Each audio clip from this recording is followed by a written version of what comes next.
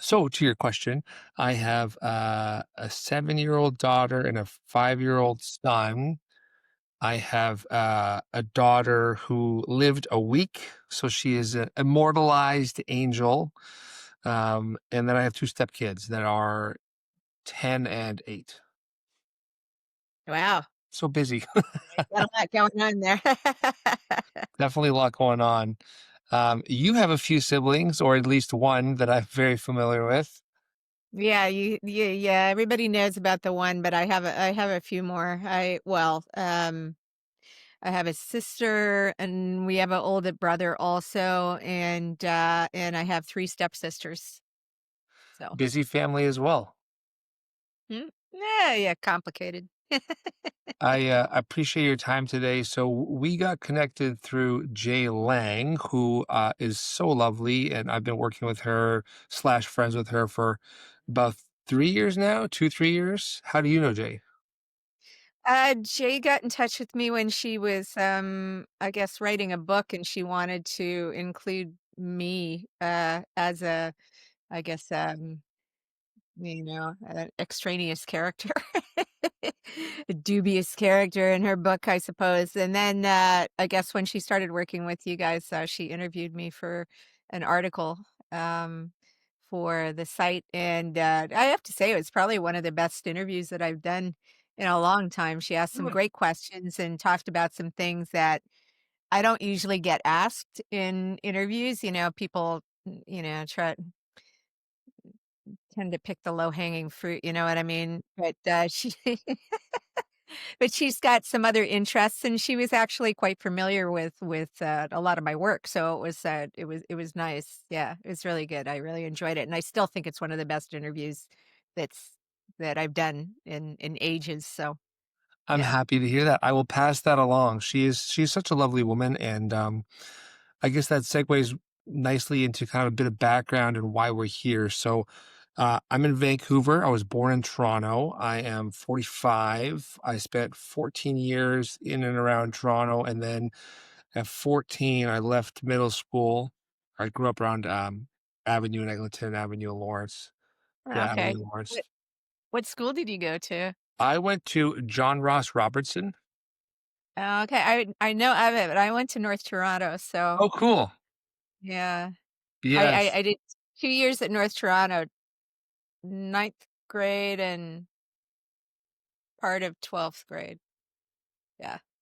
I mean, I love the area. I love Toronto. I'm now completely enamored by BC, and I don't see myself moving back to Toronto just because of how gorgeous it is here. But I, at 14, moved to Prague, so I spent 4 years in Prague with my family, and then I spent 1 year Oh, in Rhode Island on a partial baseball scholarship because I started playing ball in Toronto.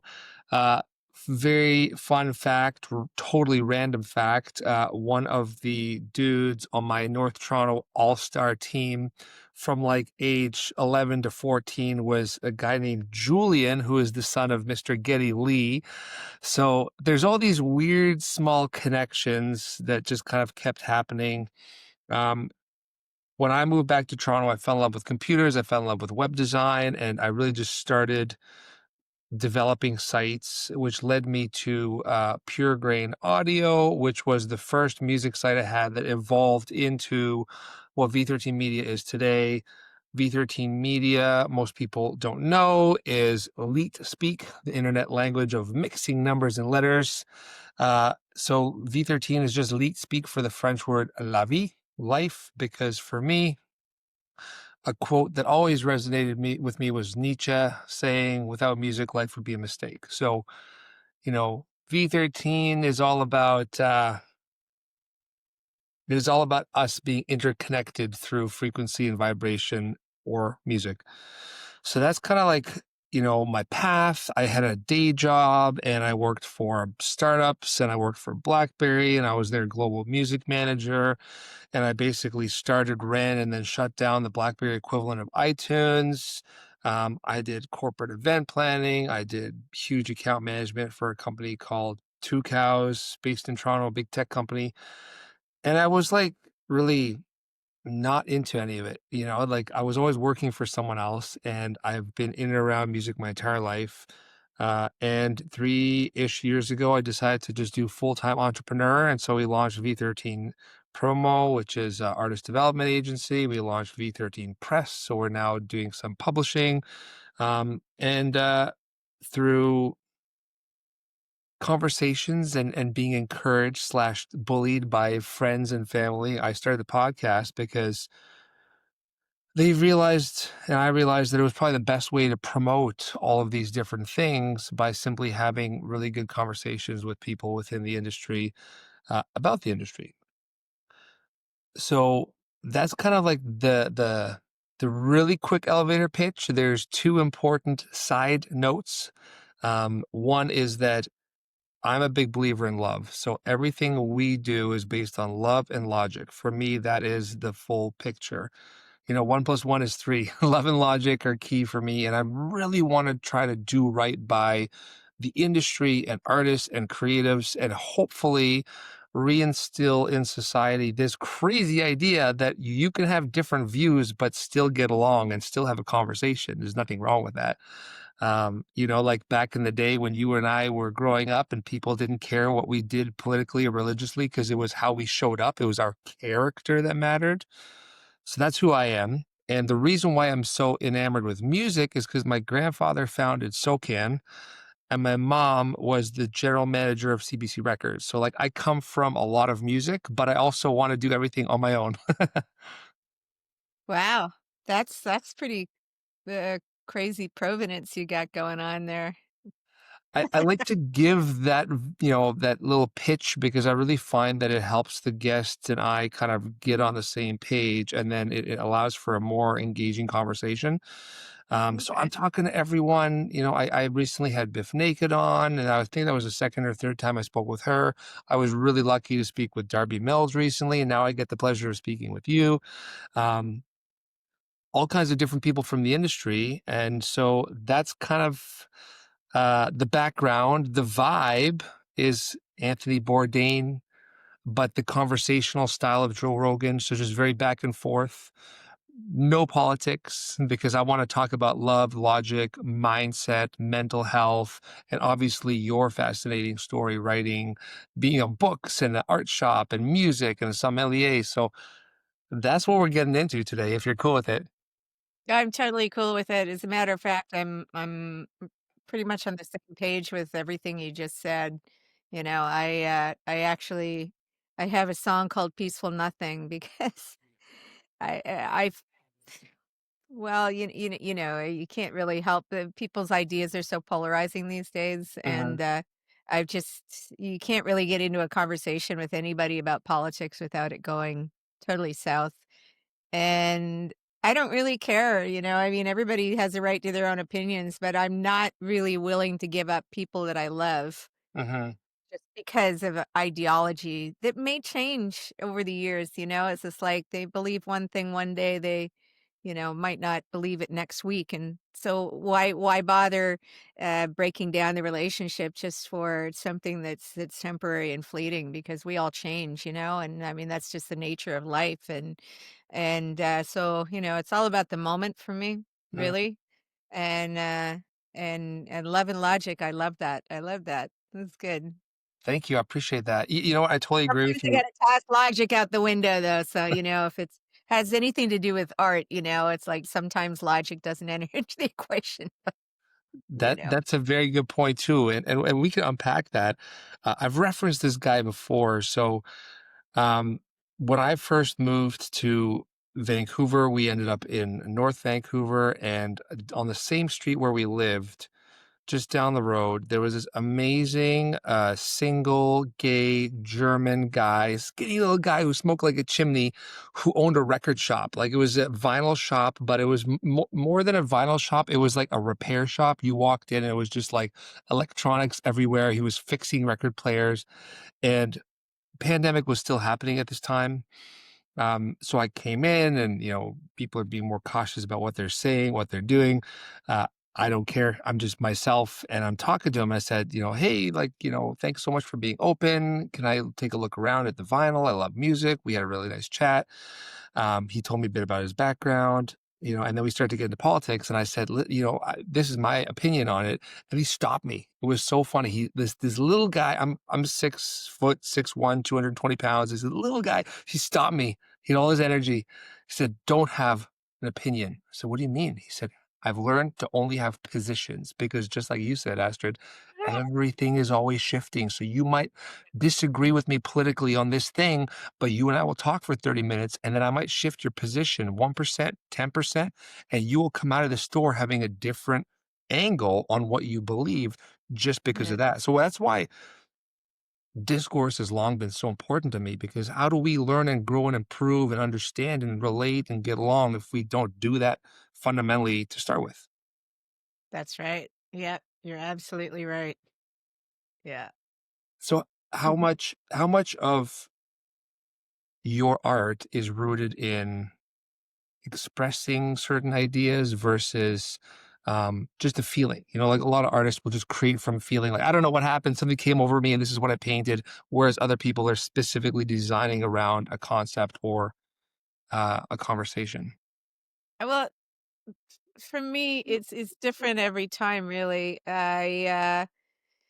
The music always comes first. I'm a musician. I was a musician before I was anything else. So, I didn't really start writing songs until I was, 15 or 16, but I've been playing music since I was like 3 years old. So, and I was a classical musician for a long time. So the music is just so deeply in me, and I have musical ideas and melodic ideas all the time. And I find that I'm not as prolific a songwriter as some other people may be, but when I do write, it's usually about something that I feel strongly about, and it generally comes pretty quickly to me, whether it's an observation or just a feeling or kind of like illustrating a snapshot of a moment, and a lot of times too, it's about the human condition. Like I personify stereotypes or archetypes, into a person. Like I have a song called Lainey, which is that's not a good example because that's about a real person. But I have another song called Lily. It's not really about anybody, and another song called Patchouli Boy. Again, not really about anybody. It is about like a feeling or a moment in time that just kind of I'm illustrating that point and personifying it into a song. Um, so uh, yeah, I'm not sure if I answered that properly. It's often, the song, even if I don't have full lyrics to it when I write it, like I'll have the full melody and I have like one line. So I know what the song's called and I know generally what it might be about, or what I think it's about. But sometimes even taking that one line or that one idea and collaborating with somebody else and they have it kind of sparks different ideas with them. And I love collaborating with people for that reason because going back to your, positioning, a position as opposed to opinions, um, you know, collaboration changes my position on my ideas, my musical ideas and my lyrical ideas and things like that. So I even though I take the music part of things very personally, it is very much deep in me. And because I've been recording and producing music since I was a kid, uh, I I take great ownership in that, but in terms of lyrics and, actually creating the final result, I love the collaboration aspect of it, which really takes it you really need to be open. You need to be open to the muse, and you need to be open to whatever other energies kinda enter Uh-huh. this conversation. Yeah, they're so different. I mean, I'm not a musician. I'm not an artist. Have I painted and performed? Absolutely. My artistry is in being an entrepreneur and running these companies. And when I have an idea, that idea might happen solo. I'll be out for a hike. I'll be sitting in bed. An idea happens. You start to unravel it a little bit, but then I immediately go into collaboration because I go to the team that I'm working with and say, "Oh my God, I had this idea. We're running a campaign right now, like Christmas miracle campaign. We're basically trying to give free a subset of free PR services to any authors and musicians out there. It came out of nowhere, but immediately the next day, I went to my team and said, I have this idea. What do you guys think? Once it was validated, we started to unpack it together. And then within a couple days, it was moving forward. To do all those things solo is really difficult because then you have to worry about like so many moving parts, whether it's graphic design or writing copy or getting socials lined up, putting a press release out to do. Is it the same like creatively? Because there are so many songwriters that do things on their own, and then there are others that collaborate. Um, is it more difficult to do one versus the other, in your opinion? I don't think so. I don't really think of it in those terms, because, if I have an idea, I'm a doer, right? So I like, whereas a lot of artists, they, mess around with things for not to say that I don't mess around with things for years and years and years at a time because I, like to, it's just like it's not quite ready to let out into the world, but I like to finish things, and I think sometimes to facilitate that, you need to invite other energy into the equation, and I guess knowing when to do that is really important. And it would be, I have an entrepreneurial spirit too, and I'm an idea person. I have a lot of ideas all the Mm, time. And not all of them come to fruition, but I love to give it a try. And honestly, I've done some crazy things and been successful at it without any good reason why it should have been successful. So I'm never afraid to try. I'm never afraid to go, it's just, hey, why don't we do this? Or why don't we try this? Or I'd love to do something with you. Why don't we try to do something? It doesn't mhm. always work out, but when it does work out, it's incredibly satisfying. I, Yeah, I, I think I think life is a creative process. I mean, just nature is creative, life is creative. It's all about, um, creating that next moment, I guess. there's a musician, Scott Wino, who I hope to have on at some point in the near future, but he has an album coming out soon or is already out called Create or Die. He's an older guy as well, and it struck me, and then I started to see all kinds of stuff over the past year that creation's our purpose, whether it's children or a product or music or art. Creation is our purpose, and once we stop creating, there's the eventual inevitable death. So I'm with you. I love creating, and I think that fear is our failure. Sorry, failure is our friend, right? Because if you're failing, that means you're Yeah. trying and doing, and it's through that failure that ultimately you'll lead to some of those successes like you said you had. Fail fast and move on. Fail fast, fail hard, I agree. Yeah. So, let's kind of go all over because you have such a fascinating story, and that's really, like, what I'm trying to do here is not just, connect and get the story, but then get all kinds of amazing tidbits for people that are aiming to do the same thing with their lives, create. Um, Musician, artist, author, sommelier. What came first? I mean, you said musician, then how did Music. it go? How did it happen afterwards? Well, music came first, and honestly, it's just who I am. My parents put me in the conservatory when I was a toddler, and so I could actually read music when probably around the same time I was learning to read, I could also read music, and I started playing piano when I was 6. I played flute, various different instruments. I played oboe as my main instrument in orchestral music. And then I got into rock and roll when I was about, I don't know, 14 or something like that, and, I think that was when the downward spiral started really, but I joke, but, it's funny because it's like I look at so many things that I've done, and I often, no regrets or anything, but I often look back and think, what would have happened if I stayed in serious music?" But I was so young, and I really didn't see a future in it, and, in retrospect, I probably would have ended up in film and TV music, which would have been a much better, and more lucrative career than trying to be a rock star, you Mhm. know? Which is like, okay, pick the hardest thing that you're gonna do, and I think this is a big part of my personality too. It's just like I love the challenge, and there's certain things in my life that have come so easily for me that I didn't think it was worth pursuing, like writing, for instance. And I mean, I make, it's probably at least half my income, if not more, is just writing. I'm a freelancer, and when I was a kid, I mean, I had my first piece published when I was about 14, I guess, and my father was a writer, and, it just came too easily to me, and I just never put any effort into it, and it's just kind of ironic that later in life it became a thing, and it was only because, I only started doing it because I couldn't do anything else. I had major back surgery about 10 years ago, and I couldn't work, I couldn't play, I couldn't do restaurant work or hospitality work, and so I just signed up with a few, freelance sites, and much to my surprise, you rise to the top pretty quickly if you're any good, and I'm still doing it. I mean, there's a very high burnout factor in that industry, but I write really fast. I know about a lot of things.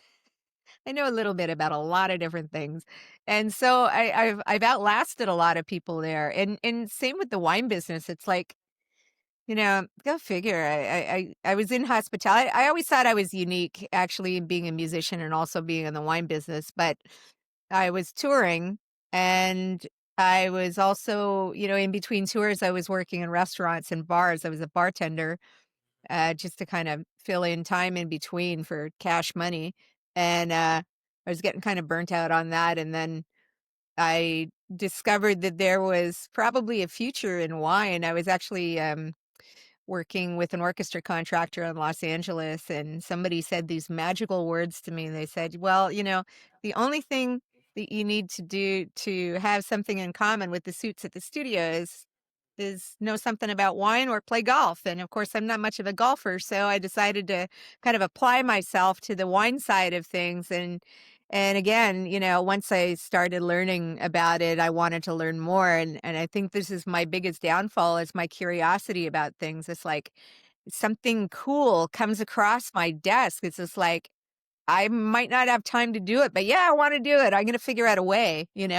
And it's always been a big joke about, with my friends, that I'm changing careers every couple of weeks or something like that. But in reality, it's always only been music, and as a main thing. Writing became a thing later. Wine became a thing kind of unwittingly. I didn't realize that it was kind of taking over my life, and I'm kind of replacing that with more music now, which is good. But and the art thing is just like, it's never been lucrative for me, so it's always on the back burner, as you Right. know, as it's like the gainful things tend to take precedence. You got to pay the rent, you got to eat, stuff like that. It's all well and good to be an artist, but I haven't got any wealthy patrons. I'm self-supporting, so you got to do something for money. But fortunately, the things that I do choose to do have served me well. Maybe not as well as I would like them have to, like like them to have, but at least it's afforded me the ability to do things that I really love to do, and to make some beautiful things along the way. I'm really proud of all the music that I've made, you know. Especially in the past 20 years. I mean, I've done some pretty incredible things, and I can still listen to records that I made 25 years ago and say, "That fucking rocks." Yes. It's really good, and, when stuff is still getting airplay, and it doesn't sound dated or anything like that, and I mean, that's really the kind of record that I wanna make. So, that's always been the root of who I am, is the music. And I always say, if you wanna know me, know my music, Yeah. because everything else is just like, it's complicated, and it would take so long to explain who I am and all my little, kind of winding roads of how I got there and who I've done it with and things like that. But, I think life is just a long progression of figuring out what you don't want to do. And I've done a lot of those things. So it's Yeah. like, try something and you go, okay, yeah. Like, did an ice wine harvest when I moved back to Canada. It's just like, okay, I did it. I'm not doing that again. Yeah. You Things like that. you said something so important there. I mean, there's a lot to unpack, and I want to go into some of those a little bit. But going back to us talking about path and positions and things changing, I'm a big believer that stagnation is the worst thing possible. You get to a moment in life where maybe you're depressed, you're down, you don't know what to do. Just keep moving, because if you're going down the wrong road, at least you can qualify out that road at the end of it. You're not sitting there thinking, should I have done that road? Now you know that's the wrong road. Yeah, Next road, exactly. moving on. So you're doing the You right don't do thing it, by you trying leave so it much. out. Yeah, yeah, exactly, exactly. And I've failed spectacularly. I mean, I made a record with Eddie Kramer a couple of years ago, and I had like a major financial disaster in the middle of making this record, and it's still not finished, right? I mean, I ran out of money, and it's just like, oh God, that was just like the biggest blow to my ego that I couldn't actually finish it. And so we're inching along with that, and it's partially finished. And since then, we've also started recording some more songs and things like that. But I still haven't really resolved the key issues why it didn't get finished at the time, which is I like to think that the universe has plans for me. Whether the universe gives a shit about me or not, I have no idea. Probably not. But it's like you do keep the energy moving forward, and something's bound to happen. I mean, nothing's going to happen if you just sit here and wait for it to Yeah. do it. So I like to think that ideas or thoughts are things, and that's kind of a Sufi philosophy, that thoughts are things.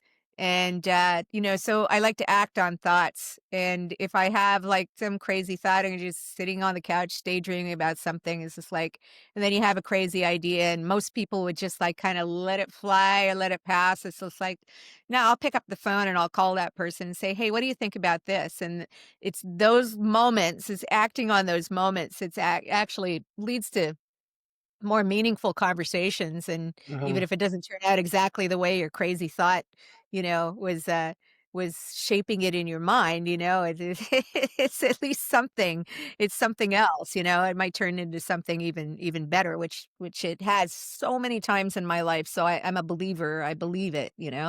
Yeah, I totally agree. It's funny. I mean, the more we learn, the more we realize we don't know, but the more that we can start to also adapt better to different situations. I also believe that the universe has my back, that there's kind of cosmic energy. That doesn't mean that you can just manifest and sit on the couch and everything will happen. You have to work hard. But I know that I am where I'm supposed to be, and I know that everything will work out. And for me, the greatest example of that was, um, when we first started talking, I mentioned that I had a daughter that passed away. She lived for a week and she passed away. And in the moment, it's horrible. I mean, it's still horrible. In the moment, it's especially horrible. But then I was speaking with a neighbor, and the neighbor was saying, "Oh, I'm so sorry. That's horrible. If it makes you feel any better, I have a sister that the same thing happened, and then a few years later they had another child, and we cannot imagine our life without that child. And that chain of events happened in order for us to get to this beautiful thing." And I believe that that's the case. I believe that things are only negative until they're positive, that everything has some kind of lesson that leads towards something else. So keep an open mind and know that maybe that guy who cut you off, that made you, upset, and now you're on the side of the road, actually saved you from a car accident that might have happened down. Just keep Yeah. going. Be positive. Yeah. Yeah, exactly. It's hard sometimes, and especially when I see my friends, and loved ones going through things that they can't get past, and I, I try to do my best to turn things around. Like, I have some people in my life that have a strong tendency to the negative, Mm, and they can't. It's really hard for them to see what is good in their life when something is bad is happening to them that really is consuming, but ultimately you can't change the past. The future hasn't happened yet. yeah, So in this moment, you know, this is the opportunity to be okay, with yeah, whatever, because if you carry that negativity into this moment, then the next moment is going to have the residual of that negativity. And then and it's really hard to see if you're so focused on that. It's really hard to see the good coming at you, mhm, and often It's happened to me before. It's happened to me a bunch of times before. I It's a really good example. Back in when I was living in Los Angeles, and I was playing in, well, I won't tell you the long saga of how I got here, but I played in a lot of rock bands, and I was just, you do what you do in the '80s and '90s. You make demos, you send it around to the record companies, and you see if you can get a bite, right? And so I had made this a pretty good demo with my band, and I sent it around, and I get a call from the president of Warner Brothers Records. The president of Warner Brothers, okay? And he says, "You know what?" He says, "I love your voice." He says, "Your songs are okay, but," he says, "it really just sounds like everything else that's out there." And at that point, at that moment, I was so sick of playing with guitar players, and I was pissed off at my band, and I was pissed off at my bass player, and it was just like, I'm just done with this. I'm just gonna play piano, and maybe I get a string quartet, and I'll go and play in coffee houses, and screw rock and roll. I'm done with it, right?" And in my anger, my welling anger, when I'm having this conversation with this record label guy, and I said, "Well, yeah, you know what? I'm kinda done with rock music, and this is what I'm gonna do. I'm just gonna play piano, and I write some string arrangements, and I'm gonna, do this thing." And he said, "Wow, that sounds really cool." He says, "Let me know if you wanna record any, it's just maybe we can work something out. We can work out, like a deal or something like that." And I went, "Yeah, okay, bye." And I hung up the phone, and then a couple of weeks later, I'm sitting in my dentist's office, and I'm just, waiting, and I reflecting on that conversation, I went, "Did he just offer me a record deal?" This is like 2 weeks later. It took that long for it to sink in because I was so angry and I was so consumed with that negativity and holding on to that negativity that I didn't even see it. But so literally ran down the hall to the payphone, and I called his office, and I got his assistant, and she said, "Oh, so I hear you're gonna be doing some recording with us." It was just like, "Oh my god, are you serious?" It's like, this is actually real. I wasn't Yeah. imagining it, you know? But, it's, I if I had just kinda hung on to that anger, I probably would have, like, I doubt they would have called me and, Yeah. me down, There's certainly. such a fascinating secondary point there. I mean, laws of manifestation, right? Like if you want it too bad, it doesn't happen. And it's so funny that like as soon as you stop caring, it almost just comes naturally and organically. I You know what? Mm, Don't agree? yes and no. Okay, so you can want something. This comes down to, and this is a little philosophical Sure. bullshit, but, it comes down to, understanding what your real motivations are and how much your ego is involved with what you want. Because you can want something, whether it's a pair of pants or a boyfriend, girlfriend, a horse, whatever the heck it is, or a big pile of money. But how much is that your ego telling you that that's what you need, Mhm. as opposed to intrinsically what you need for, your growth and your spiritual, your soul and your happiness, right? Because, you can make things happen. You can force things to happen. You can push the envelope and get to the finish line. But if it's not really what is meant for you, then it's just going to snap back like a rubber band, right? And all that effort was wasted. But, if you come at something with a truly altruistic, not altruistic, that's not the right word, but if you come at it from like an essential place, as Mhm. opposed to just a want or a material want, like what you want, what you need, and what you're meant to have are three different things, right? Yeah. And I think that sometimes it's really hard to recognize it. So we're so bombarded with media and people telling you what you should wear and how you should look and how old you should be and what kind of music you should be playing. And I think the Canadian music business is like a perfect example of it, because it's like just somebody took a big can of vanilla and poured it all over our country, and that's all you ever hear on the CBC is Mhm. like, Ah, I don't know. I mean, there's some great artists out there. It's just like, why are we not hearing them, you Mhm. know? Um, I don't know, I got off track here a little No, bit, no, no, but, it's I'm happy you um said so, because I was where I was going with that was simply like, you mentioned this amazing concept of just being present, right? And I do believe that if you are a creator and want to do something and you're present, you're not going to be worried about the accolades and the success of, the business exactly. around the art. Now, that's not to say that's not important and that's not separate work and it's not doable, but like you're showing up presently and you're doing this thing because you feel compelled to do it. And for Yeah. me, it was a Tony Robbins video that I saw years ago where he simply said like the easiest way to be present is to practice gratitude. Just be grateful in the moment. And I've never let that go since. And then ironically, I come across, excerpts from Rick Rubin's now famous book where he says, don't worry about the product, don't worry about the outcome. Because by doing that, you're already taking away quality from doing it in the first place, right? So be Right. present and just create. You don't know what the outcome is gonna be. Yeah. That's really the bottom line is like, I write about this in my book too because it's like, I think everybody's like this when you're growing up or when you're kind of forming your ideas about who you are, and I mean, that's the big question to me that I'm always exploring, who do I think I am, right? But, you always think it's just like, "Oh, if I get to play this club. Like, I thought if I played the Gasworks, I will have made it, right? Mhm. And then I played the Gasworks, and then it was like, well, now what, you know? Well, if I go to LA and I'm in a rock band in LA, I will have made it. Well, I did that, and it's just like, okay, well, now what? I still can't like fill my car up with gas or buy the whole pizza. And that Mhm. was I remember sitting around in the studio one time going, if you can afford to buy the whole pizza, you've made it, you know? And then when you can afford to buy the whole pizza and put gas in your car and then, and tour the world and all this, but there's always something more and more and more and more.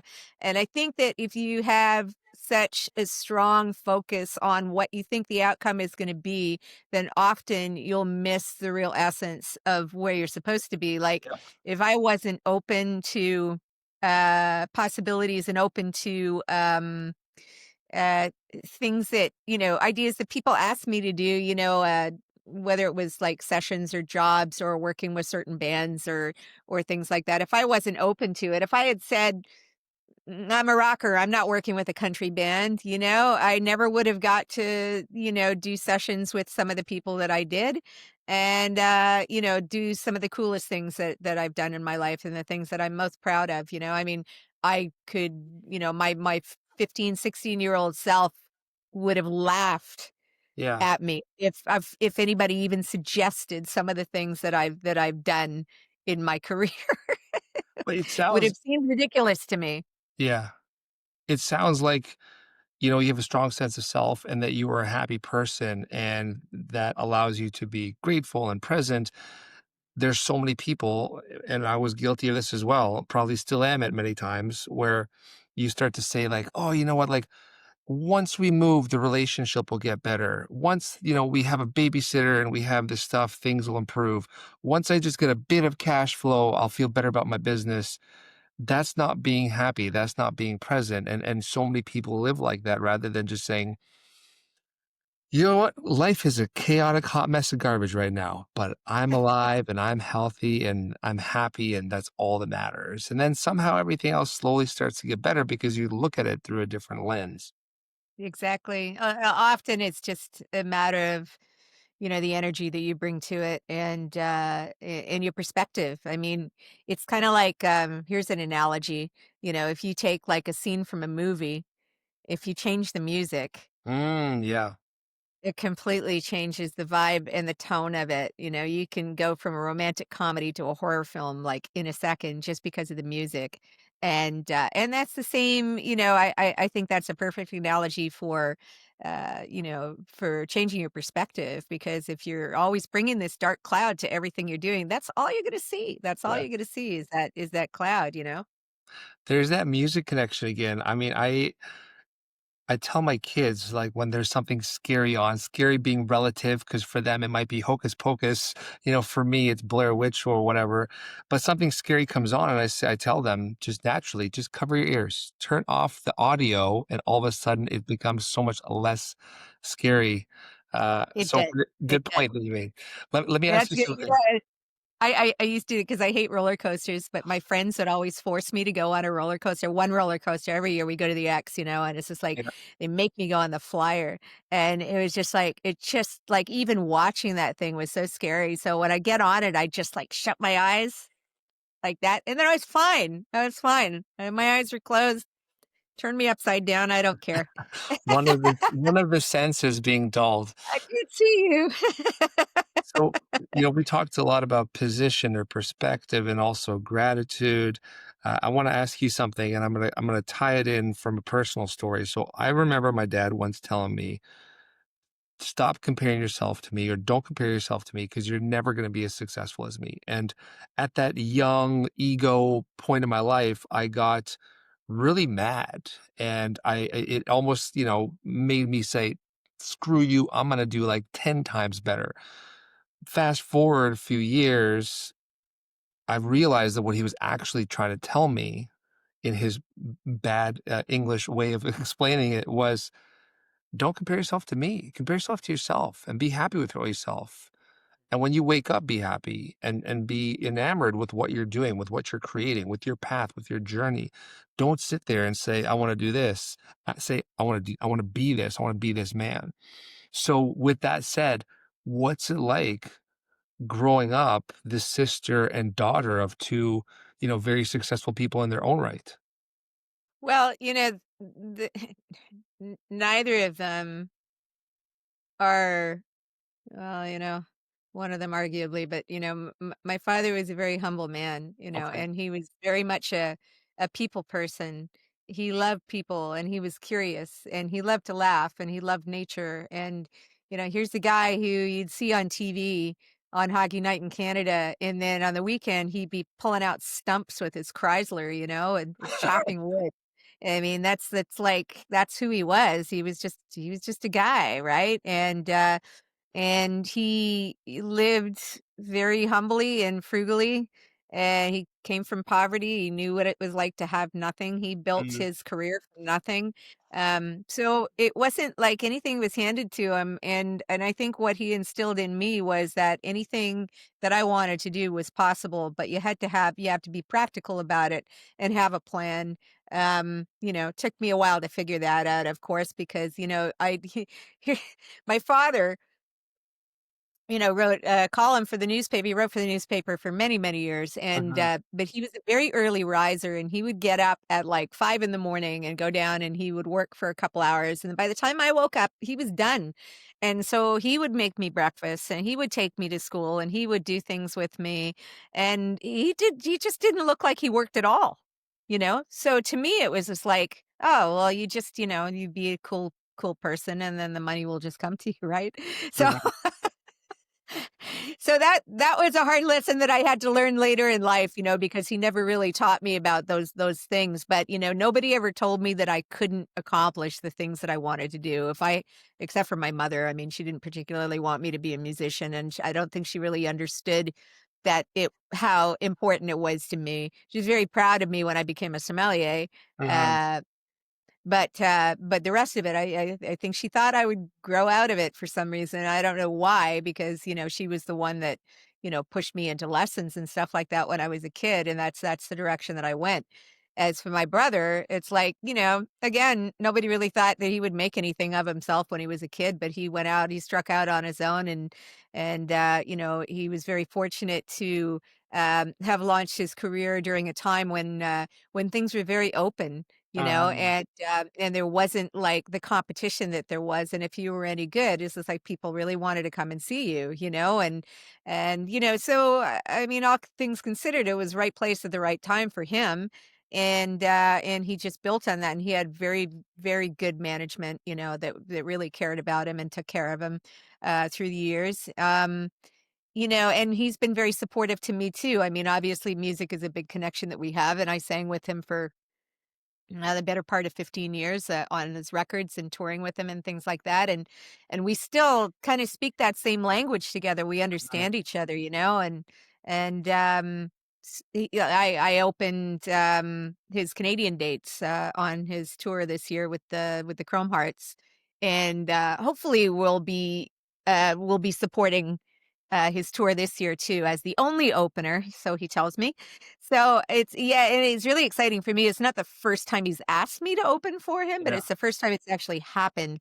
So this is he has a certain level of trust in me. And that's always kind of been in the back of my mind. I mean, I haven't ever had anybody tell me that it's not possible. Mhm. And I think that's the big difference between, maybe my where I come from and maybe some other kids that are trying to do it. And today especially is it's got to be really hard. I mean, all the things that you have to do. And I mean, I've seen there's been one particular big success story in my family. My cousin's daughter has just basically exploded. And she's doing really well as an indie artist, like really, really, really well, like incredibly well. It's bonkers. It's absolutely bonkers, especially for the way the music business is today. Yeah. Uh, but Can you share y- her name? she goes under the name Lily. Is that you? Okay, I'll look it up. I love new music. Yeah. Yeah. All one word. Lily, is that you? She's a pop star. Good for her. Sh Yeah, she's doing really well, but, so it's like I don't know if that means I mean, there's a lot of musicians in my family, not in my immediate family, it's just me and Neil, but, my cousins, my uncles, my aunt, they all sang. My One of my first cousins was an opera singer, so the music is kinda in our genes, I guess, Mhm. and writing too, a lot of that, so, it's, I I'm don't know. really I never felt compelled to actually go out and get a day job because, everything else. Well, actually, that's not true. That's not true. Music broke my heart a couple of times, and luckily I do other things. So it's just like, screw music. I'm just gonna go get a job and do this for a while, and then you get the job and you think about it for a couple of years and you realize it's not music that betrayed you. It's like it's the people and it's the industry and Mhm. it's all that stuff, right? So I think that that's the hardest thing to get your head around is that the music's always going to be there for you, and it's really what fills my soul and brings me joy. Sometimes it's not the easiest thing to see when things are not going my way, but I it's crazy. I just to still be doing this after all these years, and it still actually pays to Yeah, a certain degree, so I'm but happy about that. it's incredible, and, I'm happy with how you responded because yeah, there's this concept of living in shadow, right? Living in someone's shadow, they cast a wide shadow, and I felt like that with my dad for a while. I felt like that with my grandfather, my mom, um, but that was about me. That wasn't about them. And a Yeah, shadow, a darkness is just lack of light, light being love. And it sounds like there's a lot of love in your family that's going around. And that helps to raise people and elevate them. And it disperses the darkness and allows for more light. So I'm really happy to hear that you have that in your world. yeah, Um, always. I've always had that. I've always had that encouragement, and truth be told, as far as the writing goes, I think my stepmother was a lot more encouraging about my writing than my father was. My father was very critical about my writing, he'd Mhm. point out all the things that were wrong with, the stories that I was writing and she would read them and say, "Well, but this part's really good and I really like the way you did this." And so I've always had, you know, a, people looking at what I'm doing with not just saying, "Oh, that's lovely, dear," kinda Mhm. thing, but, Mhm. with a certain level of knowledge coming to it and trying to make what I do better, which is always nice, and same with Neil, it's just like when I used to send him my demos because I was so proud of things that I would record. I've been recording since I was, like, working in studios and recording since I was 14, and sometimes when I have breakthroughs and I'm really proud of something, I'll send it to him and every once in a while, he'll call me back and say, "Wow, I really liked it. What reverb are you using in this part?" Or stuff. So we get to talk about things like that, and that's really neat. Um, but yeah, I get what you're saying. It's like I kind of lost it there. There was something in particular that you said. It'll come Uh, back. It'll come back. Yeah, it'll come back. I really love these types of conversations, and I think they're so important, right? Like honest, authentic conversation. Um, my grandfather, as I mentioned, founded SOCAN, and I think that there's certain, opinions or stigma about him within the industry. I could be wrong, but I've seen certain things. There's a famous music magazine from I think the '80s where Brian Adams had penned him a letter, and it was literally the cover, and it was not the nicest of letters, but he was such a good man. I knew him intimately. I knew what his intentions were. I knew that he was trying so hard to do right by musicians, not the industry, not corporate end of the industry, but by musicians, because he was a pianist himself. That's where he started. He was at Deutsche Grammophon, and then eventually, like when they fled communism and they ended up in Canada, one thing led to another. And I know that this man as like, this is how you put the hook on the line, and this is how you catch the fish, and this is how you release the fish nicely. This is how you gut the fish. This is how you hunt. This is how you golf. I knew all these nice things. He was kind of a James Bond. It sounds like the same thing with your dad, like very successful person who was just a humble, grounded person at the end of the day. And the more I have these conversations with, creators like yourself, the more I see that same thing. Where I'm going with that, I have no idea. So we're both now at a lot. But no, I remember what it is now. You're talking about, growing up in the shadow.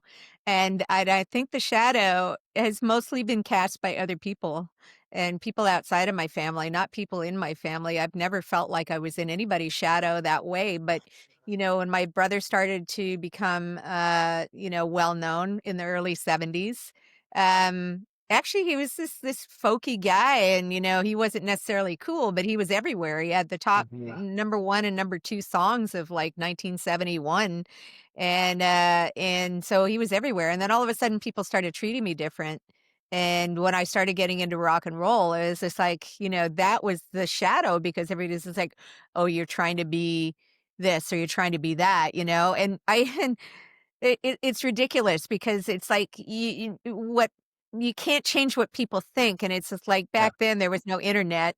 They would be trolls today, and there's plenty of them out there too. And I see people like I don't bother looking at some of this stuff, and especially on there's a lot of bot pages and AI pages that are just talking Mhm. about celebrities and things like that, and you get people saying really negative things about me or about my brother or about other people, and they don't really know. They're just like spouting off. And I wrote a book, and it was a bestseller in when I released it. It's called Being Young, and it's basically a kind of a chronicle of my life growing up in my family. And I wrote it because my dad wrote a book called Neil and Me, and it kind of left off in 1984 or something, and I kind of picked up that thread right around that time and carried it on, and a lot of the reason that I did it is because I had a hard time getting my head around the fact that, generations have grown up not knowing who my father is, right? Yeah.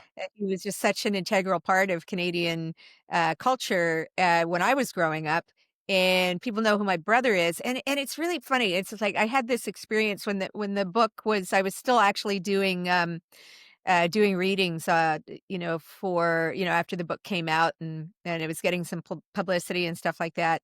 And some radio guy said, "Oh, her father wrote a book about Neil too, and they're both just like riding on his coattails." And it's just like, you have no idea what you're talking about. And the really fucked up thing was I know the program director at that radio station personally, and I called him up and I said, You need to call this guy out and set him straight because it's like, obviously, he doesn't know who my father was, Mhm. right? And he doesn't know who I am, and he's just talking out his ass. This is terrible. It was a terrible, terrible thing to say, and I took great offense at that. Not just that he was I don't really care what people say about me. They can say and think what they want, but I have a pretty good sense of myself, and there's nothing that anybody could say that could break that down, but, Mhm. don't diss my dad. Yeah. Leave the family alone. Yeah, exactly. Well, You so got me to deal with.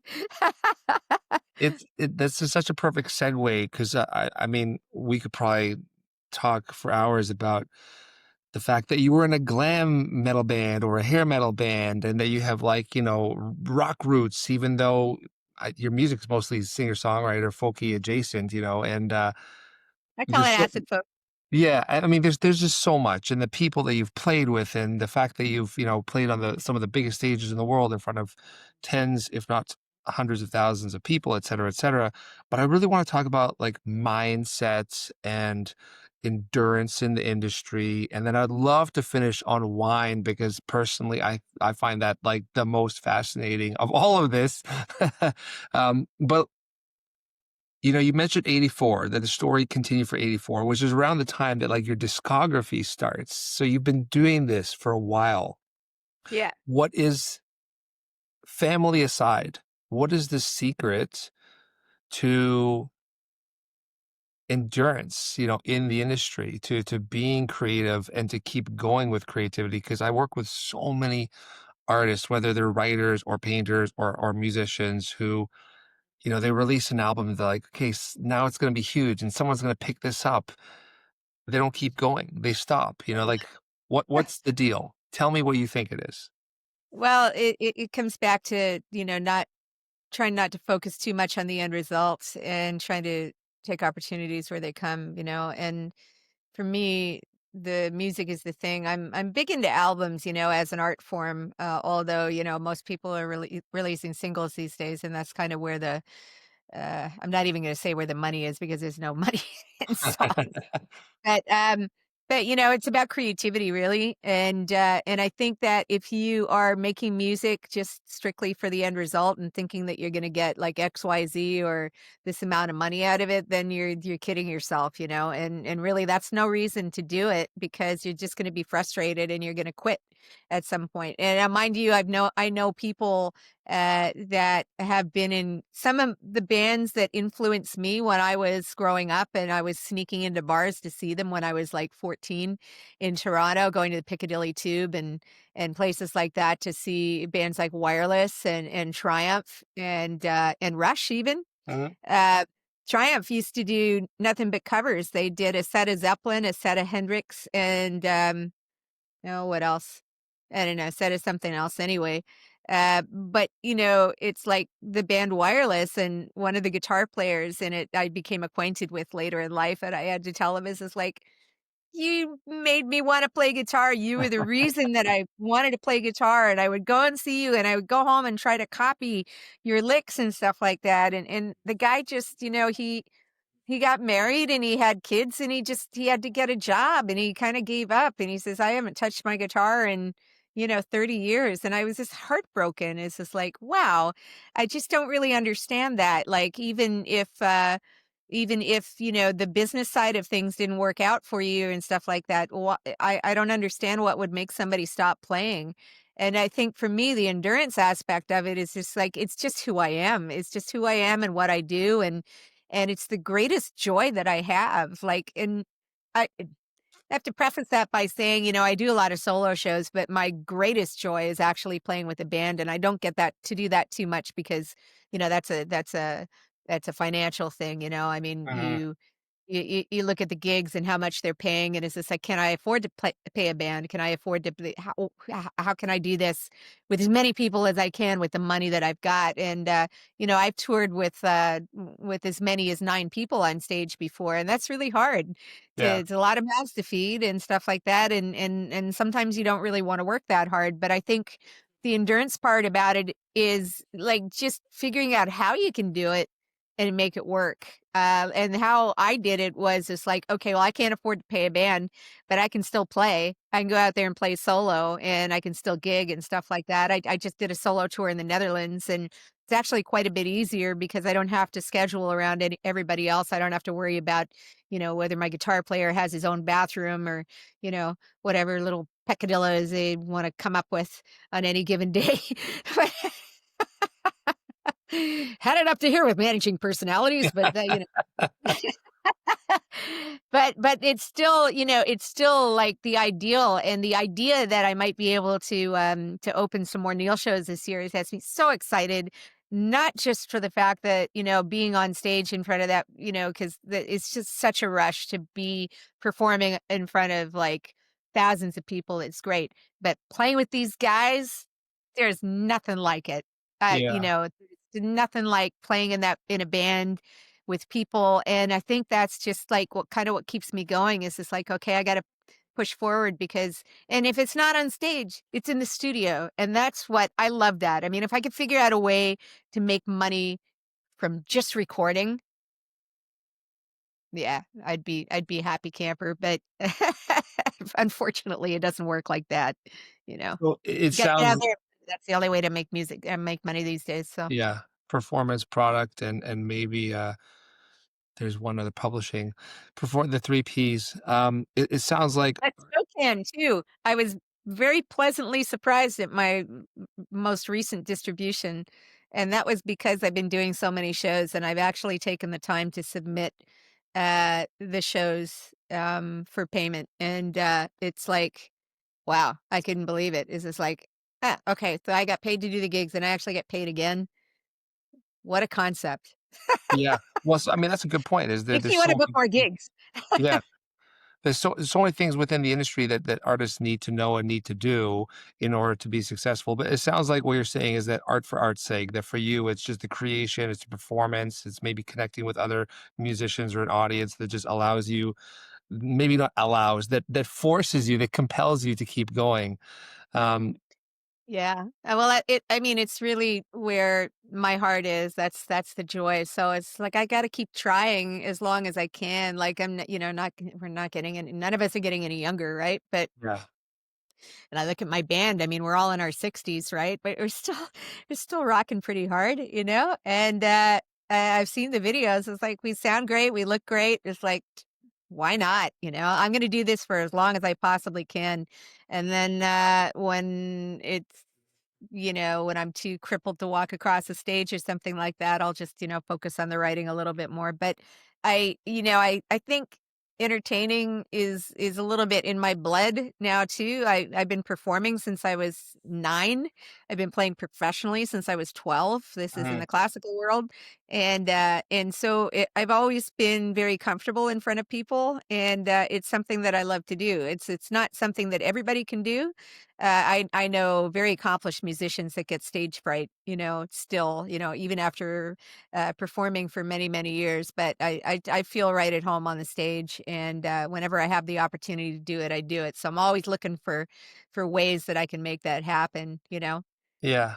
Let me ask you one question about writing and books before we talk about wine quickly. Um, so many writers. I feel like this is even more prevalent in in the literary world than it is in the music world. My book's finished. Now I expect someone to just take it and do everything. It's so hard to get published. Self-publishing is kind of like the mot du jour right now. There's Yeah. obviously bad actors within literary world, the vanity presses, etc. Why do you think that there's so many authors that finish the book and think that their job is done? And what do you say to those authors? Um. Well, I don't. I don't know too many authors, to be honest. I mean, I do, but I don't really hang out with them too much. Because I'm different. I feel like I'm different from a lot of other authors because I really have a little bit more of a realistic perspective in terms of what to expect and how things go. And that's not to say I've had a lot of books. I've had one book published, but Yeah. it was a bestseller. And I think if I had a different publisher, it probably would have even done better. I would like to find another publisher for them. And my publisher went out of business, so the rights reverted back to me. I still print these books and I sell them at my shows, because it's my book, and I'm just about to do an audio book on it, which will be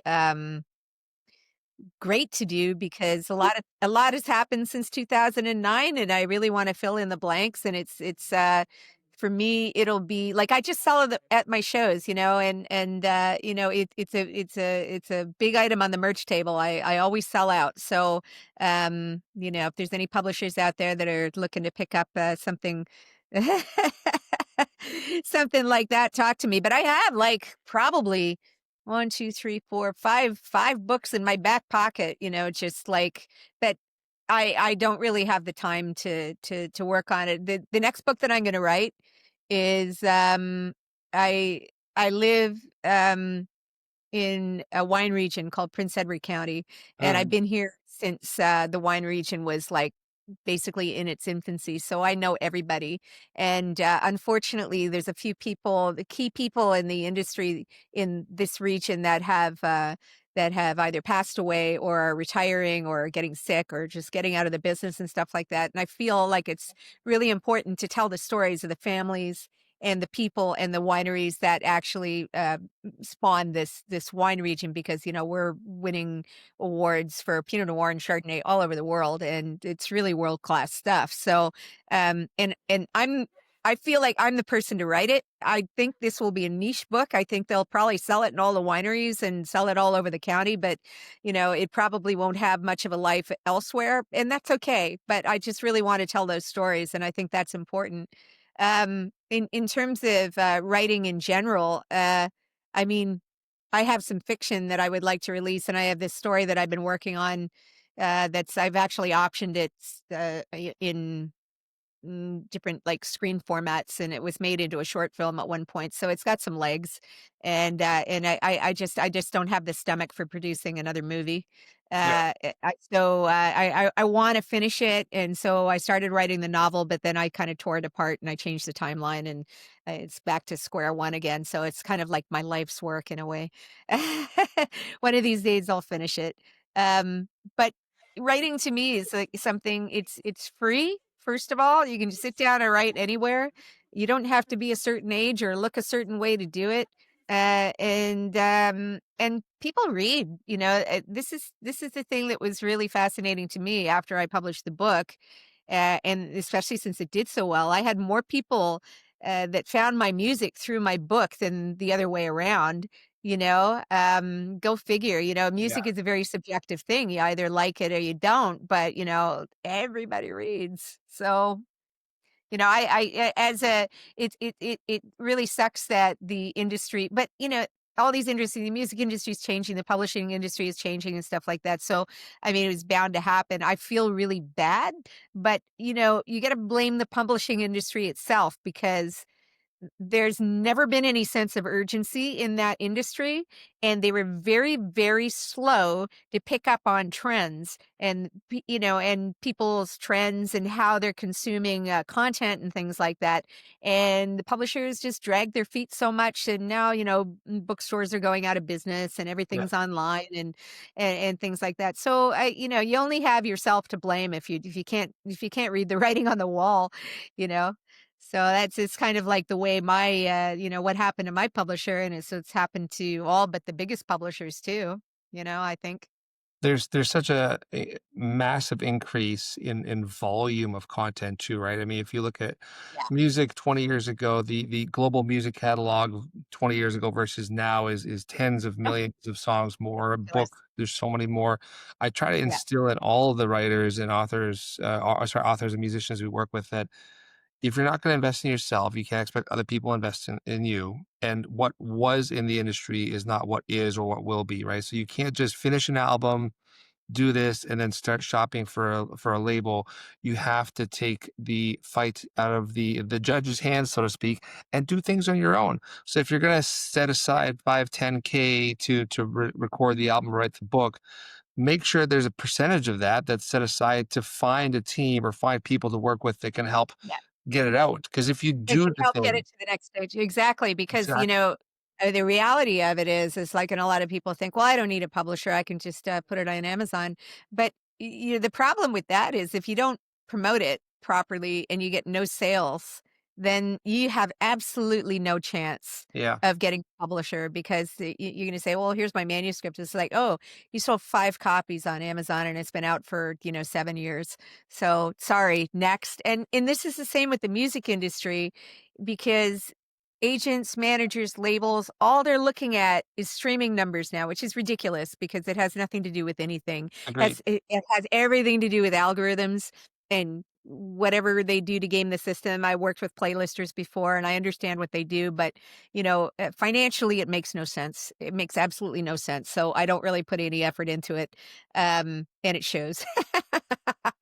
But, the reality of it is it's very hard to get anybody's attention, and you make these great records, and then you go to the label and they say, "Well, we love it, but your streaming levels are abysmal." So, the trick is finding somebody that believes in you enough, and the problem there is if they don't think they're gonna be able to make any money off you, then they're not gonna take a chance, and most music managers, even the top music managers from back in the day, they're still active, but here's how they survive.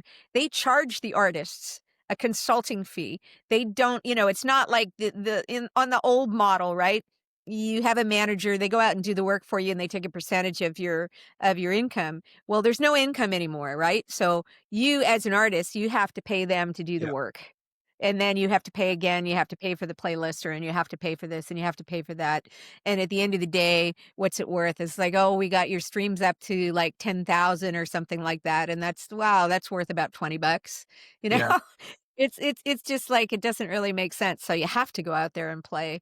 And so this is the reality of it. And it really it defies logic to me because I know a lot of people that I knew from back in the day in Los Angeles, and they still kind of think on the old model of the industry that that's how it's going to work, that they're going to make this great record. And because they've got this guy playing on it and that guy playing on it, that, they're going to get a record deal and people are going to pay attention, but people's attention span is like this much, right? And if you really want to get their attention, you got to be on Instagram, you got to be on Facebook, you got to be on TikTok, and you got to be every day like the marketing companies pounding it into their brain that this is what they need to pay attention to, you know? Mhm. It's funny what I see some of my friends doing to get I think attention. It's that's really such a key funny. point because especially in 2025, there's so much technology available. You can record at home, you can make incredible quality recordings at home. It's really easy to publish and release a book or an album. So you could argue that it's not important to have a publisher. It's not important to have a record label at all. What you need is someone that can help to market and promote, right? So the publicist and the marketing arms are or agencies are more important than anything else. And it doesn't have to be the traditional way. It can be through playlisting, influencers, whatever it is. You use the analogy of your book of how the book is what brought in listeners. So it doesn't matter how it happens. It doesn't matter if it's Spotify or SoundCloud or a live performance. Wherever you're starting to draw people in, focus on that. Um, but have the time, energy, and money set aside to work with someone that can help promote your art if you can't do that. I think that's Yeah, the big thing. Because sure, yeah. self-publish on Amazon, go for it. That's totally fine. But then make sure you work with someone that's going to get that book in front of a whole bunch of eyeballs on podcasts, whatever it is, so that you That's actually right. generate, users and a fan base. Yeah. Because what good is it? It's like, um, it's a great line in a Tears for Fears song. God might take those works of art we fail to imagine. And, it really hits home for me because if you it's not gonna go anywhere unless you put it out there, Yeah. and you gotta get it in front of people for it to actually have, some kind of traction, you know? Yeah. I'm actually experimenting with the new technology right now, and I'm actually working with I gotta show this to you. I Sure. think I'll put it here. I love that you So, guitar pick this whole time, by the way. what's that? I love that you've had a guitar pick this whole time. Tell me you're a musician without saying it. And it's a Larrivee guitar pick. Very cool. Okay, so this is my new record. That's neat. It's on a Actually, card. This is an NFC enabled card. okay, yeah, And so basically this is a way for me to share my music digitally in a without putting it on Spotify or that's anything. really cool. Or like any DSPs in general, right? What's that? Yeah, yeah. Yeah, So, exactly. So here's what you do. It's like NFC enabled. So you just tap your phone to it. yeah. Usually that takes a second. There it goes. And then it comes up and it just That's plays on your that's so cool. yeah. And not only that, it's multimedia. Let's stop this for a sec. So right now it's got 6 songs on it. Photos. You can buy my merch. It's got a short film on there, and, the thing that I love about it is it's dynamic, like, I can add to it. Mhm, So, this is really important to me when I did my European tour because the record wasn't finished and we were still mixing, right? mhm. So, as things were mixed, I put the song on there, so it's just like has 2 songs on there one day, the next day it's gonna have 3, and then the next day it's gonna have, 4, and so whoever's picking up these cards, they can tap the card and find, like, more content, so it's almost like a perpetual subscription, Yeah. and I can change it whenever I want, and the best thing, no compression. So I don't have to compress it to MP3 like you do for Spotify, or any of the streaming media. So this is in full res 9624, or 9632, I should say. So hot off the mastering lab, exactly as I intended it, straight out of the studio.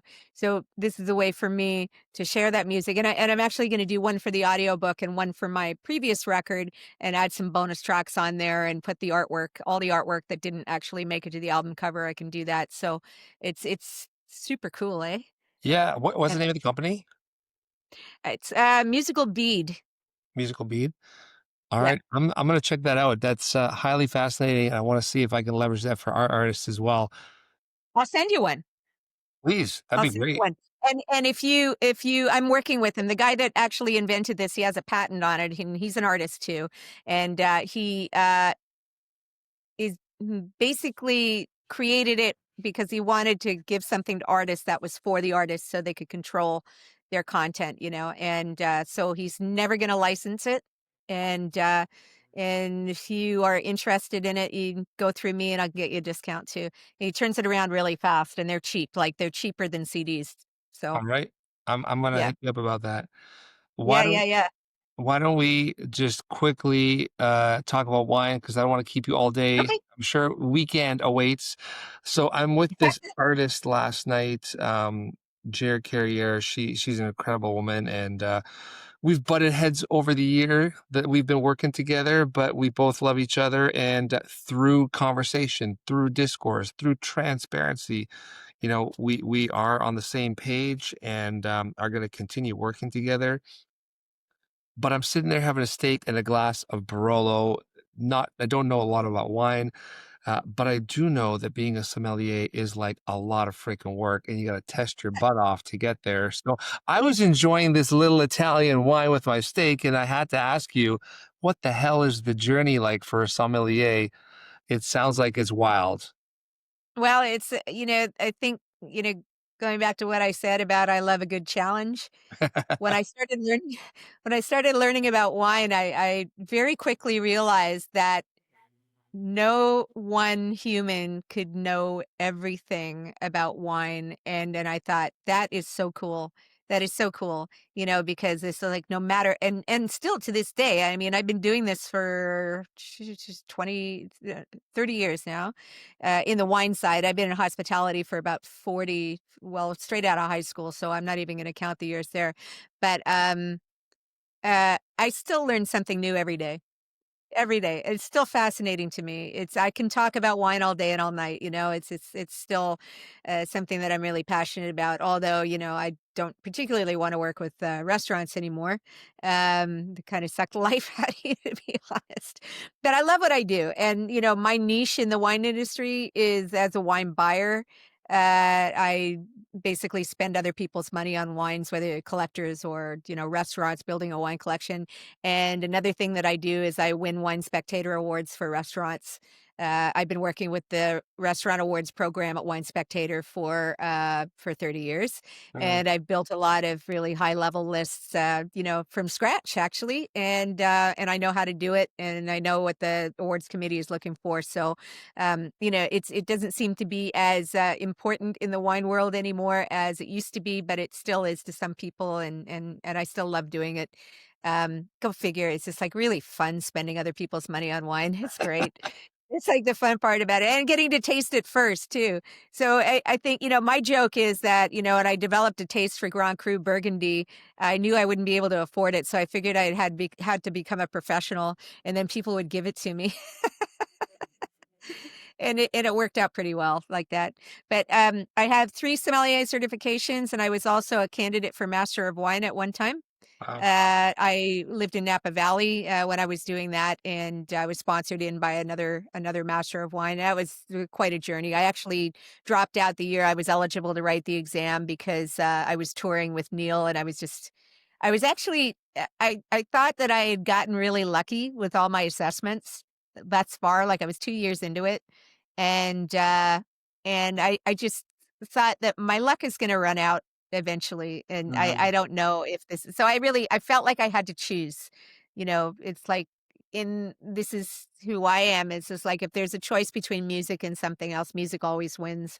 Like, it doesn't matter how deep I am into a commitment with a job or whatever, it's like if I get called for a tour or something like that, I will drop everything and go, and that's basically what happened, that Mhm. doesn't negate the fact that I did all these things, and, I've traveled the world on somebody else's dime for decades, which kinda adds to the value because, I mean, you're playing in Paris, and I got a couple of days off and, let's go to Champagne, let's go to Burgundy,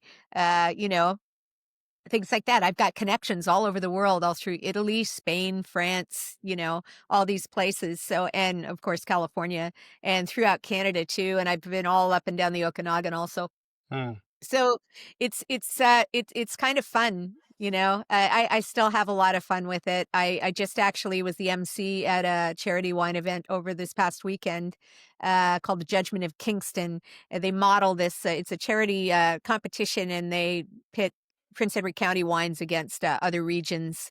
And kind of model the tasting after the Judgment of Paris, which was a 1975 tasting that basically turned the wine world on its ear because a California Chardonnay beat out all these, uh, top class French wines. There was a movie made about it called Bottle Shock, I think. Mhm. It was about Chateau Montelena. Anyway, yeah, so I did that over the weekend, and that was really a lot of fun. And yeah, it's I'm still deep into it, and I still am pretty highly regarded. I got a lot of cred in the wine industry, and it's funny because when I took my first certification in California, and then this I was in Canada visiting my father, and I knew I was gonna be here for a while. I actually found out I had cancer, and I was getting treatment, so I was looking for something to do during the treatment, so I took a wine course, like a sommelier course through, International Sommelier Guild, and I think, I look like a rocker, I look like a goth princess, I wore dark glasses, I had a pierced lip, and, my hair was, like, red, and it was as long as it is now, but it was just, like, really dark, dark red, and I don't think anybody really took me very seriously, but I've outlasted most of them. Good for you. You're Yeah. I really appreciate the candid conversation. You're the living example of just keep going, just keep doing, enjoy the path. You don't know where it's going to lead. Obviously, for you, music is what everything keeps coming back to. And it doesn't sound like you have any slowing down ahead of you. I'm going to be bugging you for wine tips because I know nothing Oh, about it. And anytime. Anytime, and to call, you're having a little glass of Barolo, I mean, Barolo is like, I love it. good choice with My the thick I heavy. was I mentioned that I lived in Europe for 4 years, and I was lucky because my dad ended up working for an Italian company. I think I said this on a podcast with a Italian DJ, actually, Bloody Beetroots, really nice guy. But yeah, he worked for this Italian company, and then he came home, like, after the first month and was like, "Throw everything out. We're drinking Italian now." And it was all like Brunello, and Veneto, and uh, Oh, nice. that's what I grew up drinking. I don't know anything about it, but that's what I like. It's funny, that you mentioned Italy, and, Italy in the wine world, it's a huge challenge, actually, and especially for sommelier, and I know a few Italian wine specialists, but did you know that they have 1,200 indigenous varieties in Italy? That That's insane. most of which don't exist anywhere else. It's crazy. And, like, a lot of their wines are blended, but it's crazy uh, the polarity of styles and philosophies, and I mean, this is what's so fascinating about the wine world is, like, you can get I when I was studying for Master of Wine and living in Napa Valley, I did this little social experiment, and I asked 10 different winemakers the same question, and they all were vehemently this is the answer. This is the only answer. And they were all different answers, you know? And this is what makes wine so fascinating is it's like you can have two winemakers growing the same grapes, probably from the same clone on, across a dirt road from each other, and they're making very different wine. Like Yeah. vastly different. And you wouldn't even realize it was from the same region unless you knew, right? That's that's why the So testing is so comprehensive and complicated. I mean, I come from the music world, and we know that there are hundreds, if not thousands, of various subgenres. I mean, you could pick apart metal or folk and or whatever it is, and there's just all it still doesn't compare to how complex wine is. well, but that's another thing too. Y- y- the human factor is the big thing in winemaking, but it's like you look at the classical world, and of course, everything we do in classical is interpretation of something that's probably been written hundreds of years ago for the Right. most part. But what sets certain players apart is their phrasing and their tone, and this is the same thing in the wine world. This is like where the stars rise to the top, so you got a lot of bottom line stuff, and then there's the real stars, and it's the same in the music industry too. Like, a lot of it's subjective, especially where music is concerned. You might prefer Jimmy Page or Stevie Ray Vaughan, and there's, some arguments there going back and forth, but, in reality, they're different. They're very, very different things, and it's the same with wine, I mean, I've tasted wines that I just drank. Okay, so my brother just had a birthday. He just turned 80, and somebody gave him a bottle of wine from his birth year, 1945. And it was a 1945 Chateau Mouton Rothschild, which is considered the greatest wine ever made. It was the vintage of the century.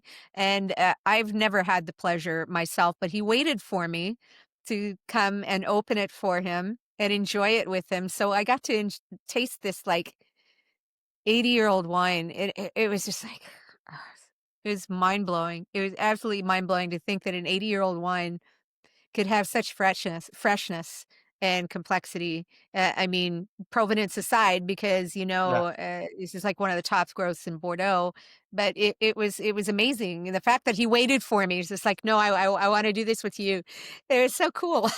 That's really sweet. It's Yeah. mind-blowing that some wine, like, after 4 years, 5 years, will just completely go to hell and taste horrible, whereas some can last 80. It's Well, just it's how it's made, and there's some science to it too. I mean, I think people have been making wine and not screwing it up too badly for centuries. But if you want to make a wine that's going to last, there are certain things that you need to do in the vineyard, uh, in the winery, and in your maturation program, too, in your barrel program. So, I mean, there's a lot of things that go into it. well, we'll save the wine extravaganza for maybe a part 2 down the road, but, thank you for your time. You're so lovely, obviously a creator at heart, someone who's doing this because, she wants to. You're rooting in gratitude and love and, have a strong head about you. What over to you for the final word. What do you wanna say? Peace and love forever, man. And be kind to each other. I mean, I think kindness is just so important in this world, and I think that there's not really enough of it. And I really truly believe that we're all good people at heart, and just to not focus too much on the negative because it takes away from all the good things that are right in front of you. You know, even when the chips are down, even when things are hard, there's always good things to be had.